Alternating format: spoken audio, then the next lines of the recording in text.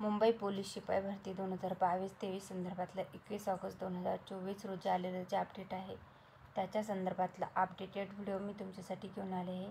Mumbai police शिपाई भरती 2022-23 शारीरिक मोजमाप व मैदानी चाचणीसाठी पुरुष उमेदवारांना बोलवण्याबाबतचं आलेलं हे अपडेट आहे. तर मुंबई पोलीस शिपाई भरती 2022-23 करता पुरुष उमेदवाराची शारीरिक मोजमाप व मैदानी चाचणी प्रक्रिया लोहमार्ग पोलीस कवायत मैदान घाटकोपर पूर्व मुंबई या मैदानावर दिनांक 11/8/2024 रोजीपासून घेण्यात येत आहे. लोहमार्ग पोलीस कवायत मैदान घाटकोपर पूर्व मुंबई या मैदानावर पोलीस शिपाई पदाच्या पुरुष उमेदवाराची शारीरिक मोजमाप व मैदानी चाचणी प्रक्रिया 25 ऑगस्ट 2024 ते 31 ऑगस्ट 2024 रोजीपर्यंत घेण्यात येणाऱ्या पुरुष उमेदवारांची वेळापत्रकासह यादी सोबत प्रसिद्ध करण्यात येत आहे.